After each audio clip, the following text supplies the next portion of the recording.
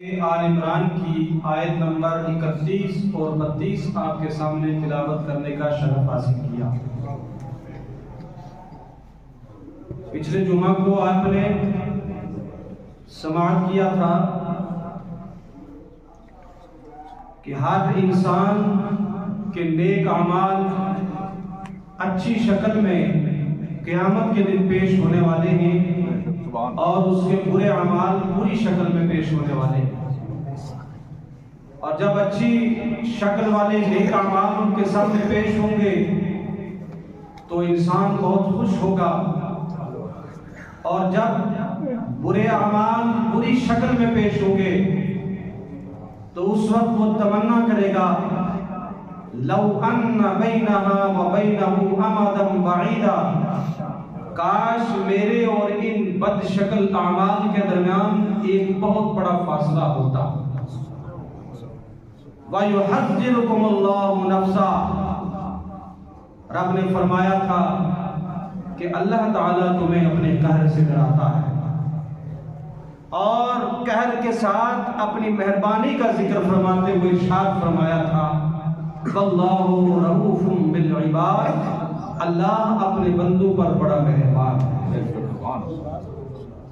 پہلی ان آیات میں رب قدیر نے اپنے بندوں کو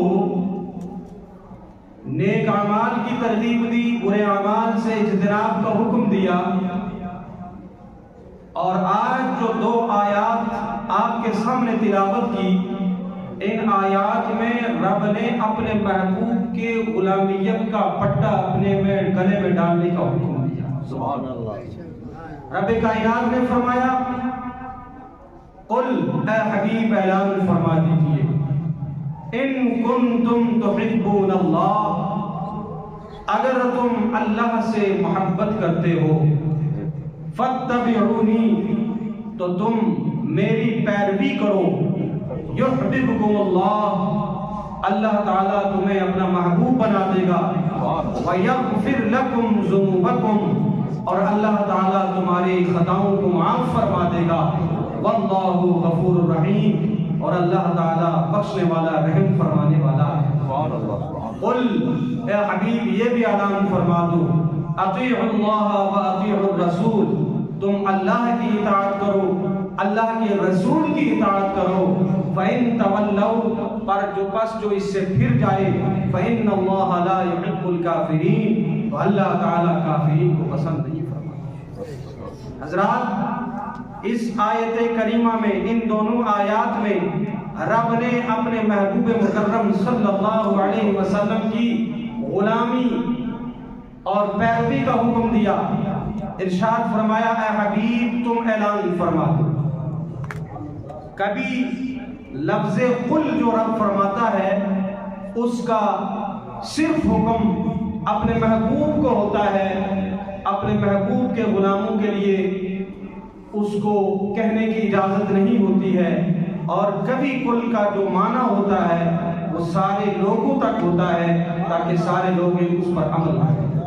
حضرات محترم، یہاں پر رب کائنات نے فرمایا اے حبیب آپ اعلان کر دو۔ کیا اعلان فرما دو؟ ان کنتم تحبون اللہ، اگر تم اللہ سے محبت کرنا چاہتے ہو تو فاتبعونی، تو میری پیروی کرو۔ ان آیات کی شان نزول یہ ہے کہ ایک مرتبہ نبی کریم صلی اللہ علیہ وسلم یہود و نصارہ کے گروہ کی طرف سے جا رہے تھے۔